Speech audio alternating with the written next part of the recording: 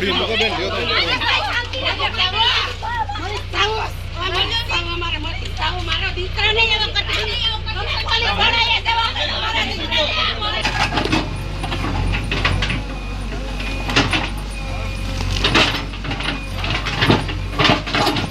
સોમનાથના પીછવી ગામે તંત્ર દ્વારા ગામ અંદર દબાણ દૂર કરવાની કામગીરી હાથ ધરવામાં આવી।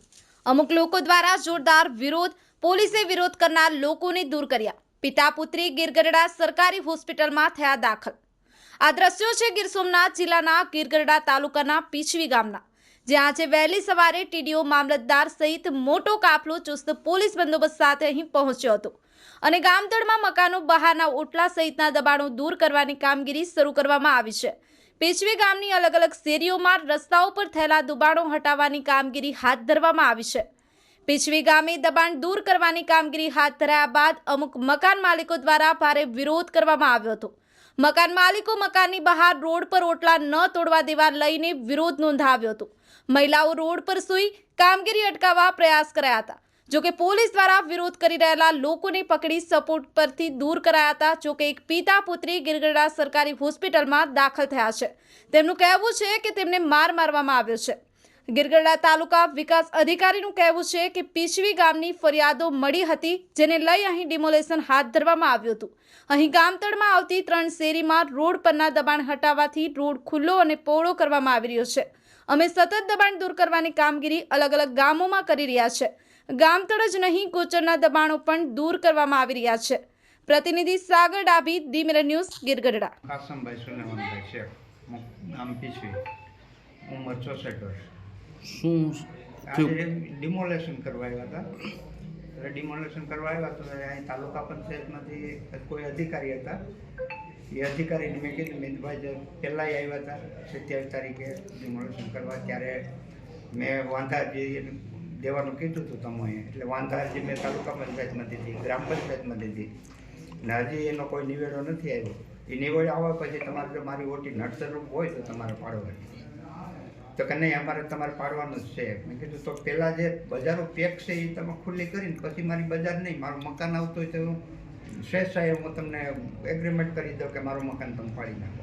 છતાંય માન્યા નહીં। હું મારી ઓટીએ બેઠો હતો તો મને જડજોડ કરીને 3 થી 4 પોલીસવાળાએ બાવડા પકડીને સીધો એની ગાડીમાં બેહાડી દીધો, 4 વ્હીલ, અને રસ્તામાં મને 2-3 છાતીમાં ઢીકાઈ માર્યા। મને દુખાવો એવો વધારે થાય।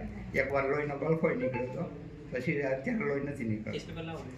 અને હું વહી આવ્યા પછી મને એવા સમાચાર, હું ઘેરે મને ગાડીમાંથી છૂટો કર્યો અડધી પોણી કલાકે, તો એ મને ખબર પડી કે આપણે શેરનાથને પણ મારીને એને જેમ લાગે એવું વર્તન કર્યું। લેડીઝ કોન્સ્ટેબલોએ અને મેલ કોન્સ્ટેબલોએ, અને જેમ લાગે એવું એના કપડાં ફાડી નાખ્યા, અને જ્યાં લાગે એવું ત્યાં અડી લીધા, અને અંદરના કપડાં પણ એને ફાડી નાખ્યા। અત્યારે ક્યાં આવવાનું શું થયું છે? અત્યારે અમે દવાખાને આવ્યા છીએ। દવાખાને અત્યારે કોઈ ડૉક્ટર આવ્યા નથી, અમારી કાંઈ સારવાર અત્યારે લીધી નથી, ખાલી કેસ નોંધાયો છે, હજી કોઈ ડૉક્ટર આવ્યા નથી। શું તમારી શું આગામી કાર્ય હશે? આગામાં શું કાર્ય રહેશે હવે? આગળની કાર્યવાહી છે કે અમને 2 બાપ દીકરીને અમને ન્યાય મળે એ રીતનો અમને અમારો આગ્રહ છે કે અમને પૂરતો અમને ન્યાય મળે, કે કાલે હવે કોઈ પણ આવું ખોટું ન હેરાન કરે અને કોઈ કારણ વગરના કોઈ મારે નહીં। ત્રિવેદી, ટીડીઓ, ગીરગઢડા। ત્રિવેદી સાહેબ, અહીંયા પર દબાણો દૂર કરવાની કામગીરી હાથ ધરવામાં આવી છે। કેટલી ફરિયાદો મળી હતી? આ કયું ગામ છે? કેટલા વિસ્તારમાં દબાણો છે? કેટલા દિવસ આ દબાણો દૂર કરવામાં લાગશે? આપણે ગઈકાલે આના માટે પોલીસ પ્રોટેક્શન માગેલું હતું, અને ગયા મહિનામાં જિલ્લા સ્વાગતમાં અહીંથી પીછવી ગામના એક વ્યક્તિનું ફરિયાદ હતી કે ભાઈ ગામમાં જેટલા ઢગલા છે, જેટલા ઓટલા છે, જેટલા રોડને નડતરૂપ દબાણો છે એ તમે તાત્કાલિક દૂર કરાવો। એના માટે આપણે આની પહેલાં પણ ડ્રાઈવ કરેલી હતી, પણ ત્યારે આપણે 50% જેટલું કામ કરેલું હતું, અને આજે આપણે પાછું ફરીથી રોડને નડતરૂપ જે દબાણો છે એ આપણે પાછું ફરીથી સ્ટાર્ટ કર્યું છે। સર, કેટલા દબાણો આ વિસ્તારમાં, કેટલી શેરીઓ છે? અત્યાર સુધીમાં આપણે 45 દબાણદારોના ઓટલા, પથ્થરના ઢગલા, કચરાના ઢગલા એવું આપણે દૂર કરેલું છે। હજી 20 થી 25 જેટલા દબાણદારોનું દૂર કરવાનું બાકી છે, એ લગભગ આજ સાંજ સુધીમાં પૂરું થઈ જશે। હજી 3 જેટલા બાથરૂમ છે અને એક નાનકડી દુકાન પણ છે। સર, અહીંયા ગૌચરણની કે શું વાત હતી? આની ગૌચરણની પણ ફરિયાદ છે, પણ એને હજી ગ્રામ પંચાયત દ્વારા સર્વે કરેલો છે અને એને ગ્રામ પંચાયત દ્વારા 3 નોટિસ આપીને ત્યારબાદ દૂર કરવાની કાર્યવાહી હાથ ધરવામાં આવશે. કેટલા વિસ્તારમાં છે અહીંયા ગૌચરણ? 400 વીઘા જેટલીની ફરિયાદ છે. સર, ઉમેજ ગામ અહીંયા કે નજીક કાલે ઉગલા ગામ છે, તો ત્યાં કેટલા દબાણો દૂર છે?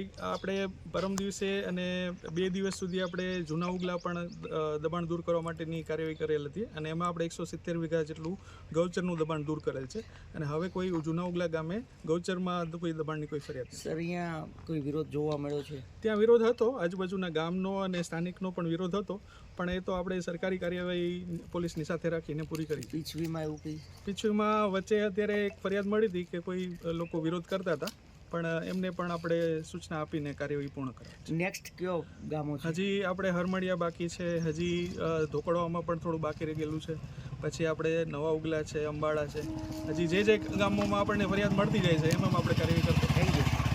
હાય, હું છું ક્રુઝિન સિંઘાનિયા. આપની આસપાસના સત્ય સમાચાર જાણવા માટે જોતા રહો દીવ મિરર ન્યૂઝ અને હા, લાઈક અને સબસ્ક્રાઇબ કરવાનું ભૂલતા નહીં. Thank you. નમસ્કાર મિત્રો, હું ફિરોઝ ઈરાની આજે તમને એક નવી વાત કરવા આવ્યો છું. દીવ મિરર ન્યૂઝ જોતા રહો, સબસ્ક્રાઇબ કરવાનું ભૂલતા નહીં અને શેર કરવાનું પણ ભૂલતા નહીં. સત્યની સાથે જોડાતા રહો. નમસ્તે મિત્રો, હું છું ચાંદની પરમાર. આપની મનપસંદ ચેનલ એટલે કે દીવ મિરર ન્યૂઝ ચેનલને લાઈક કરો, શેર કરો અને ફોલો કરો. અને હા, તેમાં દરરોજ તાજા સમાચાર જોવાનું ભૂલશો નહીં. દીવ મિરર ન્યૂઝ દરરોજ લાઈવ અપડેટ ગુજરાત રાજ્ય દેશ દુનિયાના તમામ બ્રેકિંગ સમાચારો નિહાળો દીવ મિરર ન્યૂઝ ચેનલ પર.